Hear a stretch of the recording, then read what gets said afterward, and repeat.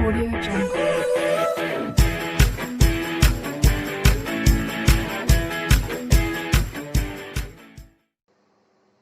So now students, I am going to start some NCERT exemplar problems. ये students NCERT exemplar problem है, chapter first से related है, relation and function. अब student NCERT exemplar problem लगाने से क्या फायदा है, देखिए, ठीक है, क्योंकि यहाँ पे जो एनसीईआरटी एग्जाम्पलर प्रॉब्लम है ये जो दी गई हैं, ठीक है, तो इनको लगाने से आखिर बेनिफिट क्या है। तो देखिए स्टूडेंट्स, क्या है कि ये थोड़ा सा जो है हाई स्टैंडर्ड यानी हाई लेवल की कुछ जो एनसीईआरटी में दी गई हैं, तो वो मतलब इससे थोड़ा इजी है। तो ये थोड़ा सा मतलब आपको कुछ नए तरीके से, किस तरीके से आप सोचें या किस तरीके से क्वेश्चंस को सॉल्व करें, या जो चीज आप पढ़ चुके हैं उसका यूटिलाइजेशन आप कैसे करें इन प्रॉब्लम्स में, ठीक है, ये एनसीईआरटी एग्जाम्पलर में आपको देखने को मिलेगा स्टूडेंट्स। तो अगर आपको अपने माइंड को शार्प करना है तो आप एनसीईआरटी एग्जाम्पलर प्रॉब्लम्स लगाइए, ठीक है। अब इसमें स्टूडेंट्स डिफरेंट एप्लीकेशंस का यूज होता है, यानी जो कुछ आपने पढ़ा है अगर वो आपके माइंड में है तब तो आप इन प्रॉब्लम को सॉल्व कर पाएंगे, अदरवाइज आप सॉल्व नहीं कर पाएंगे। तो इसलिए ट्राई करिए, और अगर आप इनको सॉल्व कर लेते हैं तो आपके एग्जामिनेशन में बेटर मार्क्स आएंगे। और अगर आप आईआईटी जेईई का प्रिपरेशन कर रहे हैं स्टूडेंट्स, तब भी आपके लिए ये बहुत जो है इससे बेनिफिट होगा, आपको बहुत लाभ होगा। तो इस तरीके से स्टूडेंट इनको करिए आप लोग प्लीज, ठीक है। जो हमसे हेल्प बन रही है वो हम आप लोगों की कर रहे हैं स्टूडेंट्स, ठीक है। बाकी आपको कोशिश आपको करना है, थोड़ा इंटरेस्ट क्रिएट कीजिए कि आप किस तरीके से जो है प्रॉब्लम को सॉल्व कर पाए, आपको उसमें कैसे इंटरेस्ट आए स्टूडेंट, ये सब जरूरी है। तो अब यहाँ पे देखिए स्टूडेंट्स, जी की वैल्यू दी गई है कुछ इस टाइप से, ऑर्डर्ड पेयर में ये वैल्यू दी गई है, हमें बताना है क्या ये एक फंक्शन है। तो फंक्शन को जानने के लिए क्या है स्टूडेंट्स कि अगर जो है जो डोमेन है, ठीक है, उसकी अगर यूनिक वैल्यू जो है वो कोडोमेन में होती है तो हम उसको फंक्शन बोलते हैं, ठीक है।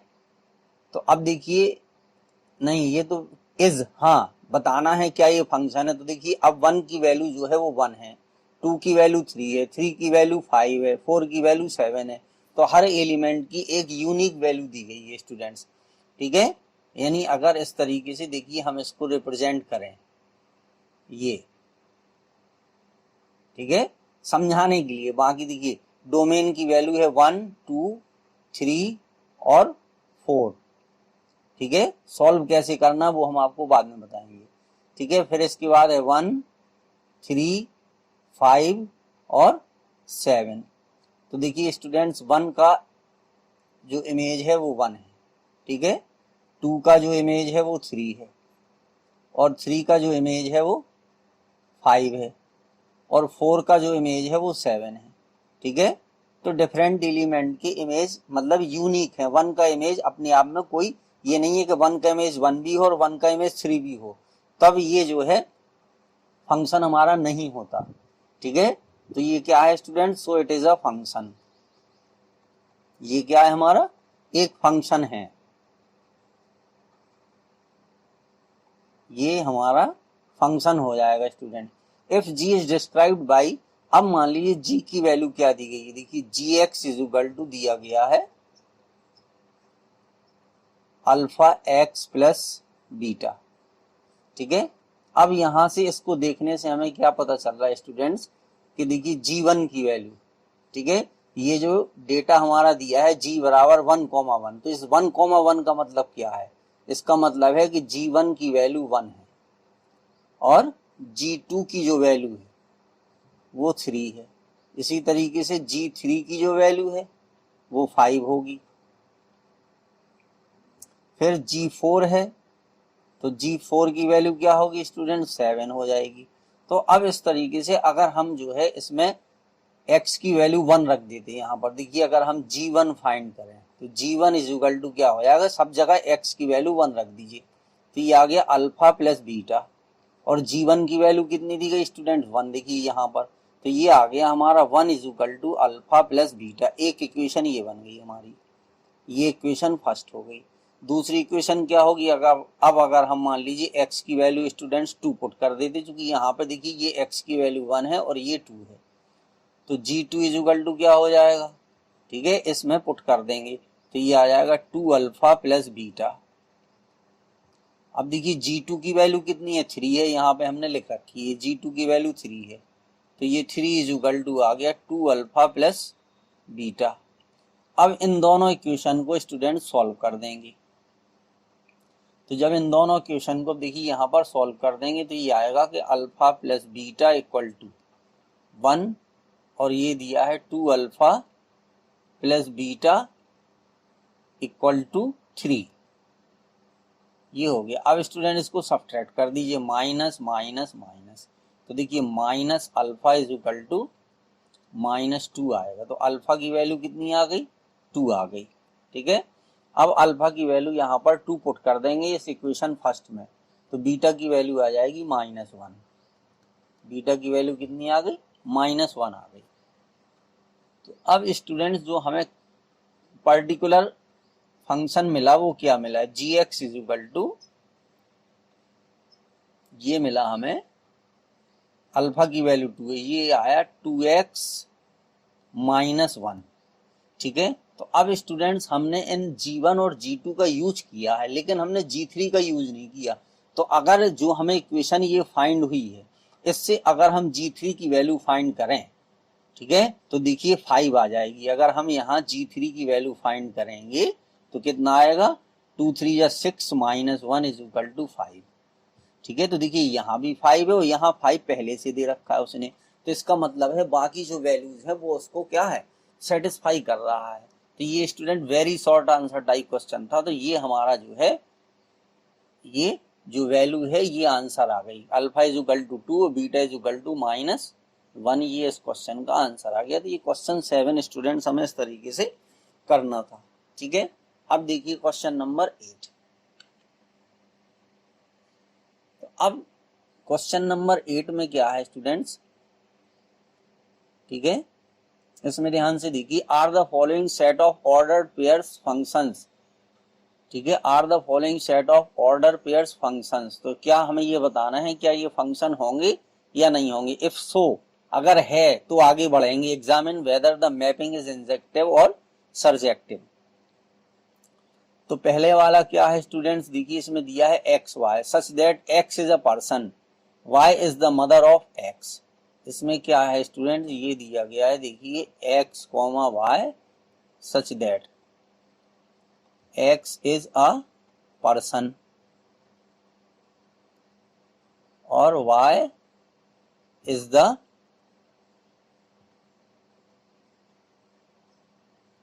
मदर ऑफ एक्स, ठीक है। तो अब स्टूडेंट्स इसमें क्या है कि किसी भी पर्सन की जो बायोलॉजिकल मदर होती है वो एक ही होती है, ठीक है। यानी यहाँ पर हम ये कह सकते हैं कि biological mother of each person, ठीक है, या ईच पर्सन हैज ओनली, यानी हम यहाँ पर क्या लिख सकते हैं स्टूडेंट्स कि each person has only one biological mother, ठीक है। तो each person has only one biological mother, तो इसलिए स्टूडेंट ये क्या है, फंक्शन हो जाएगा, सो it is a function, so it is a function. अब मान लीजिए स्टूडेंट्स एक से ज्यादा, ठीक है, पर्सन की सेम मदर हो सकती है। मान लीजिए कि ये दो भाई हैं ए और बी, ठीक है, तो दोनों की मदर क्या है, सेम होगी, ठीक है।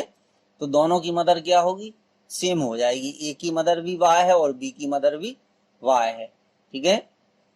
तो ये फंक्शन जो है 1 1 ना होकर के मैनी वन फंक्शन हो जाएगा, ठीक है। एक पर्सन ए है, मतलब हम इसको ऐसे लिख सकते, देखिए ए कॉमा वाई, ठीक है, और कैसे लिख सकते, बी कॉमा वाई, ठीक है, ए कॉमा वाई और बी कॉमा वाई, चूंकि x is the person, Y is the mother of x, ठीक है।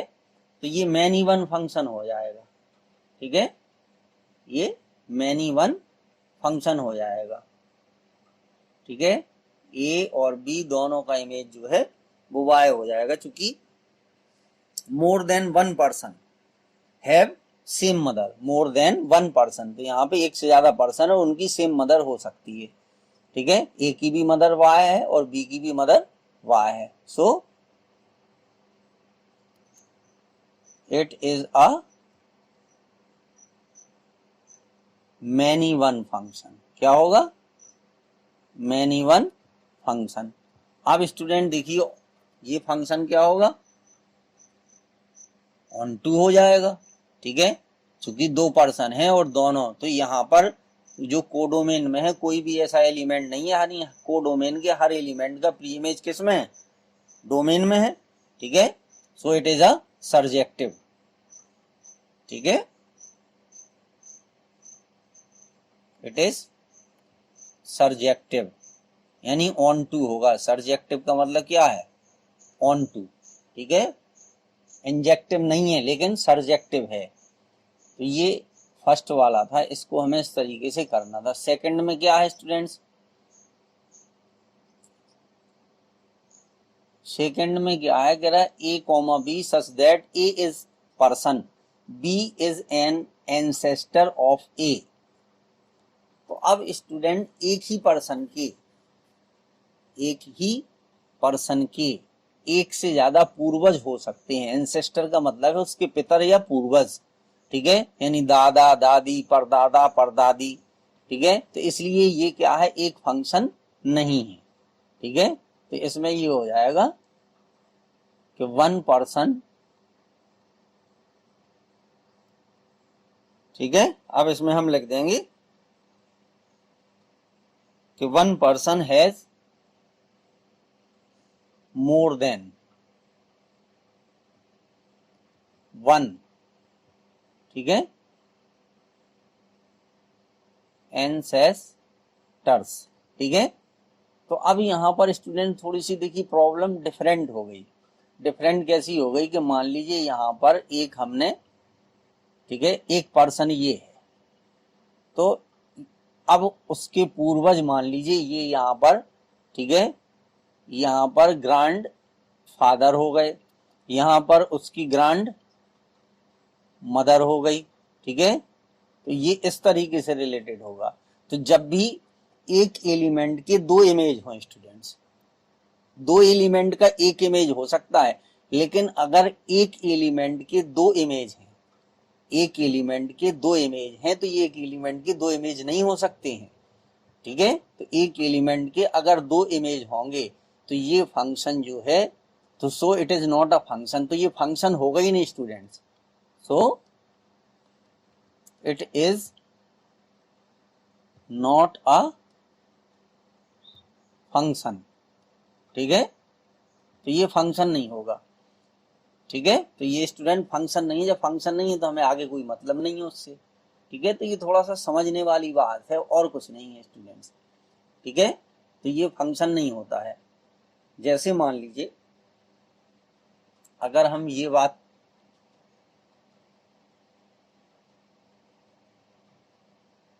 ठीक है, चलो it is not a function, it is sufficient student. ठीक है, तो ये जो है वो फंक्शन नहीं है। फंक्शन नहीं है तो आगे चर्चा नहीं करेंगे। चलिए नेक्स्ट प्रॉब्लम पे चलते हैं। 9, if the mappings f and g are given by. अब स्टूडेंट ये मैपिंग f और g है, ये हमें गिवन है। ठीक है, तो अब इसमें हमें क्या फाइंड करना है? Right fog. ठीक है, तो देखिए यहाँ पे स्टूडेंट ये जो इन्फॉर्मेशन दी गई है, इससे हमें क्या पता चल रहा है? f इज इक्वल टू इतना दिया है, तो इससे हमें क्या पता चल रहा है? इससे ये पता चल रहा है कि f1 की वैल्यू 2 है। ठीक है, और f3 की वैल्यू कितनी है? 5। यानी पहले जो लिखा है वो x की वैल्यू है, जैसे fx is equal to y लिखते हैं हम, तो f3 की वैल्यू कितनी है? 5 है। फिर f4 की वैल्यू कितनी है? ये दी गई है 1। फिर यहाँ पर अगर हम G2 की वैल्यू देखते हैं तो G2 की वैल्यू क्या होगी? 3 होगी। ठीक है, और G5 की वैल्यू क्या होगी? 1 होगी। और G1 की वैल्यू क्या होगी स्टूडेंट्स? ये 3 हो जाएगी। अब हमें फॉग लिखना है। क्या लिखना है? देखिए ध्यान से देखिएगा, फॉग। तो चूंकि लास्ट में क्या आया? G आया है, ठीक है। तो फॉग, क्योंकि यहाँ पर देखिए जी, ये 2, ये 5 और ये 1, तो हमें फॉग 1 फॉग 2 की वैल्यू फाइंड करना है, ठीक है। फॉग 2 की वैल्यू फाइंड करेंगे, फिर इसके बाद हम फाइंड करेंगे वैल्यू फॉग 5 की, फिर इसके बाद हम वैल्यू फाइंड करेंगे फॉग 1 की, ठीक है। इनकी वैल्यू हमें फाइंड करना है, क्योंकि लास्ट में जी आया है। तो अब देखिए फॉग 2 का मतलब है एफ ऑफ G2, ये हो गया एफ ऑफ G2। अब G2 की वैल्यू कितनी है हमने चलिए यहाँ लिख रखी, देखिए इसकी वैल्यू 3 है, तो ये हो जाएगा F3। अब F3 की वैल्यू कितनी है, F3 की वैल्यू 5 है, तो ये आ गया स्टूडेंट फॉग 2 की वैल्यू 5 आ गई। अब इसी तरीके से इसको हम लिख सकते F of G5, F of G5। अब देखिए G5 की वैल्यू कितनी है, G5 की वैल्यू 1 है, तो ये F1 आ गया। अब F1 की वैल्यू कितनी है स्टूडेंट, 2 है, तो ये 2 आ गया। फिर फॉग 1, तो एफ ऑफ G1, अब G1 की वैल्यू कितनी है स्टूडेंट, 3 है, तो यहाँ F3 आ गया। अब F3 की वैल्यू कितनी है, 5 है, ठीक है। तो ये हमारा जो फॉग आया, तो उसको कैसे लिखेंगे, पहले हमें ये वैल्यू लिखना 2, तो 2,5, फिर कितना आया हमारा 5,2, फिर कितना आया हमारा, ये आया 1,5, ठीक है। इस तरीके से स्टूडेंट्स ये वैल्यू हमें फाइंड करनी थी, तो ये फॉग की वैल्यू आ गई हमारी। तो ये हमारा क्वेश्चन नंबर 9 था, राइट फॉग, तो हमने लिख दिया स्टूडेंट, यही आपका आंसर होगा। तो इस तरीके से ये फाइंड करना है। अब देखिए स्टूडेंट क्वेश्चन नंबर 10, ठीक है, ये काफी अच्छा क्वेश्चन है। देखिए कह रहा है let C be the set of complex numbers. अब student set of complex number है, सी क्या है, सेट ऑफ कॉम्प्लेक्स नंबर है। Prove that the mapping F such that C to R, ये हो गया हमारा, देखिए डोमेन हो गया, सी क्या हो गया, ये डोमेन हो गया, ठीक है। और ये जो आर है ये कोडोमेन हो गया, ये हमारा कोडोमेन हो गया। So let C be the set of complex numbers. Prove that the mapping F such that C to R given by Fz is equal to mod Z। तो ये स्टूडेंट्स दे रखा है इन्होंने कि Fz equal to mod Z for every Z belongs to C। Z किसको belong करता है, ठीक है, Z बिलोंग करता है C को, Z बिलोंग्स टू C यानी कॉम्प्लेक्स नंबर को। तो ये हमें दिखाना है कि नाइदर 1 1 नॉर ऑन 2। अब देखिए अगर हम कॉम्प्लेक्स नंबर, चूंकि यहाँ पर C क्या है, सेट ऑफ कॉम्प्लेक्स नंबर है, तो चलिए हम दो कॉम्प्लेक्स नंबर ले लेते, एक हम ले लेते 3 + 4i,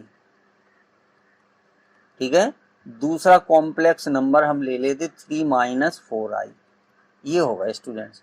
तो ये दो कॉम्प्लेक्स नंबर लिए, चलिए ये z की वैल्यू हो गई, दो अलग अलग वैल्यू हो गई। मान लीजिए अगर इसको हम z1 माने और इसको हम z2 मान लें, ठीक है, तो ये दो वैल्यू हो गई, एक z1 की एक z2 की।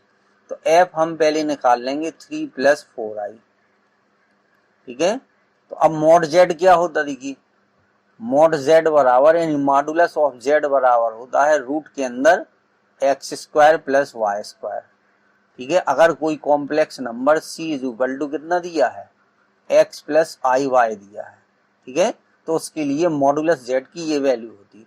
तो उसके अकॉर्डिंग अगर हम इसकी वैल्यू स्टूडेंट्स निकालेंगे तो ये आ जाएगी 9 + 16, ठीक है, यानी जो भी नंबर है प्लस का या माइनस का उसका होल स्क्वायर कर दी, तो माइनस का होल स्क्वायर भी प्लस में होता और प्लस का होल स्क्वायर तो प्लस में होता ही है। तो ये आ गई वैल्यू स्टूडेंट 5। अब अगर हम 3 - 4i करें, ठीक है, तो इसका भी क्या हो जाता, ये हो जाता 9 + -4 का होल स्क्वायर, ठीक है। तो ये स्टूडेंट कितना आएगा 9 + 16, ठीक है, तो ये भी 25 हो जाएगा, तो इसका रूट भी कितना आएगा 5 आएगा। तो अब स्टूडेंट दो डिफरेंट एलिमेंट की इमेज सेम है, दो डिफरेंट एलिमेंट की इमेज सेम है, तो फंक्शन क्या होगा 1 1 नहीं होगा, मैनी 1 होगा, ठीक है। यानी उसको अगर आप ऐसे समझें कि ये 3 + 4i है और ये 3 - 4i है, ठीक है, और यहाँ पर एक एलिमेंट 5 है। इस तरीके से ये देखिए ये क्या हो गया, मैन इवन, दो एलिमेंट का एक इमेज है। सो f इज नॉट 1 1, f क्या है 1 1 नहीं होगा, f is not 1 1, it is yo sorry या f इज, ठीक है, की जगह लिख दी। सो f इज मैनी वन, ठीक है, तो f क्या हो गया मैनी वन हो गया, 1 1 नहीं है।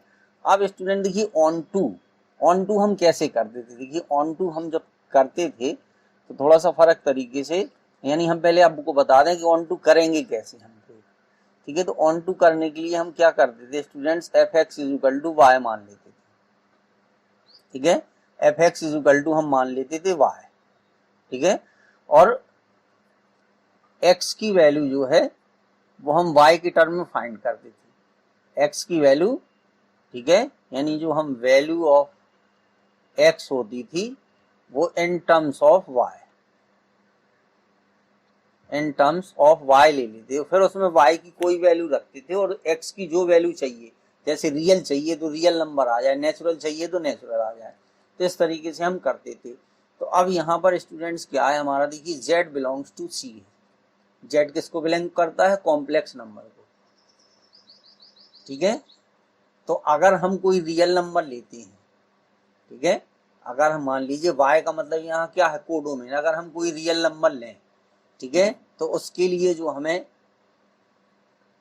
x की वैल्यू मिलेगी वो कॉम्प्लेक्स नंबर नहीं आएगी, वो क्या नहीं आएगी, कॉम्प्लेक्स नंबर नहीं आएगी, ठीक है। तो इसलिए ये फंक्शन क्या है स्टूडेंट्स, ऑन टू नहीं होगा, ठीक है, ये फंक्शन जो है ऑन टू नहीं होगा।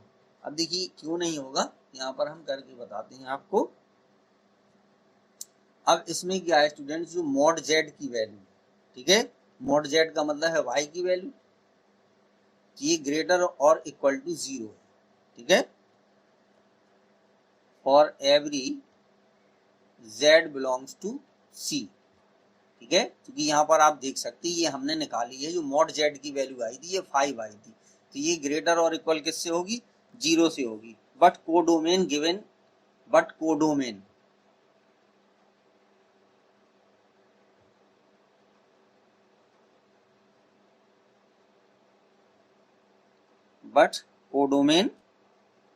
given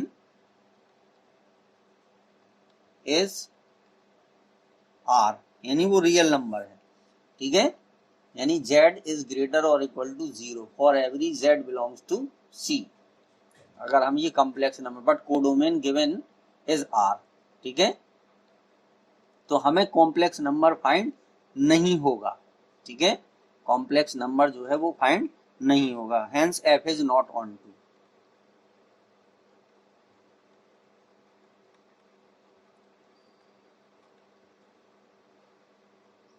ये हो जाएगा, ठीक है। अब इसके बाद स्टूडेंट्स, तो ये स्टूडेंट्स आपका 7 8 9 और 10 ये आपके क्वेश्चन थे, ठीक है। इन क्वेश्चंस को आपको इस तरीके से, ये वेरी शॉर्ट आंसर टाइप आपके एनसीईआरटी एग्जाम्पलर की प्रॉब्लम थी, तो इनको इस तरीके से सॉल्व करना था। प्लीज आप लोग ध्यान से क्वेश्चंस को करिए। Thank you students.